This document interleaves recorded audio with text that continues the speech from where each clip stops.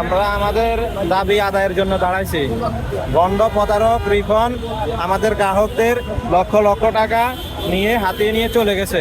টাকা দিবে বলে আমাদের কাছ থেকে চেক কালেকশন করে নিছে, কিন্তু এখন পর্যন্ত টাকা দেওয়ার কোনো মানে উদ্দেশ্য নাই তার।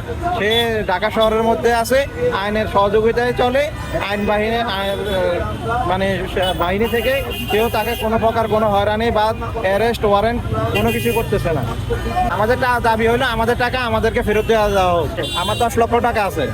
10 লক্ষ টাকা কিরকম থেকে রিপন মিয়ার বিরুদ্ধে সর্বোচ্চ শাস্তি এবং 24 ঘন্টা আলটিমেটাম এর জন্য যে 24 ঘন্টার মধ্যে গ্রেপ্তার হবে এবং আমাদের পাওনা টাকা বুঝিয়ে দেবে, এবং আমাদের এই আন্দোলন চলবে আগামী 48 ঘন্টা পর্যন্ত। যতক্ষণ পর্যন্ত রিপন মিয়া গ্রেপ্তার না হচ্ছে ততক্ষণ পর্যন্ত আমরা আন্দোলন চালিয়ে যাব।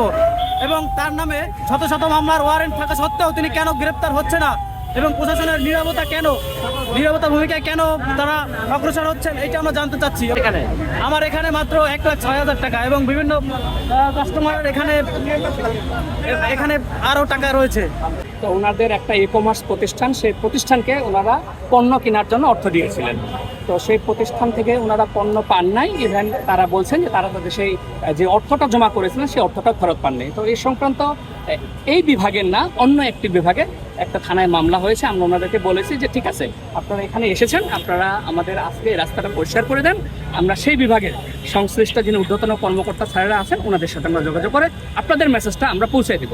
ওনারা আমাদের কথায় আশ্বস্ত হয়েছেন এবং ওনারা এখান থেকে ছেড়ে চলে গেছেন রাস্তা পরিষ্কার করে।